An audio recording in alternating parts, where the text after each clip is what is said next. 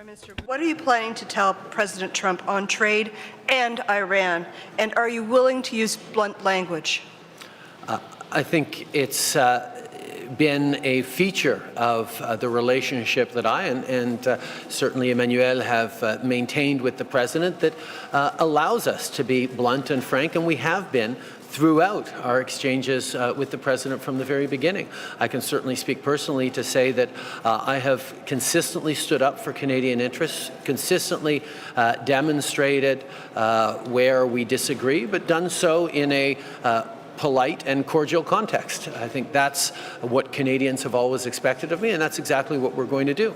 As I've said a number of times, we are disappointed with the American decision to step away from the JCPOA on Iran. We feel that Iran's nuclear ambitions represent a threat not just to regional stability, but to global security. And we are very pleased to stand by France and our other allies in hoping to move forward in a way that maintains the JCPOA's impetus and results as we strive to keep the world safer and Iran nuclear weapon free. And on trade?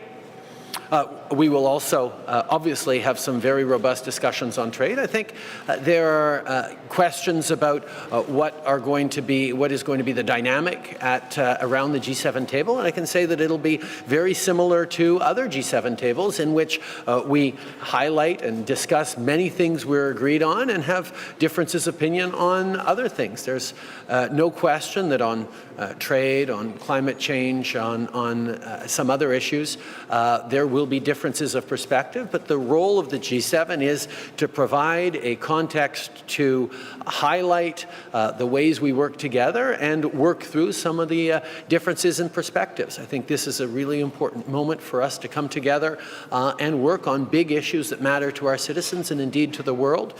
Trade, security are certainly among them, as is the environment, and we will do exactly that in the coming days.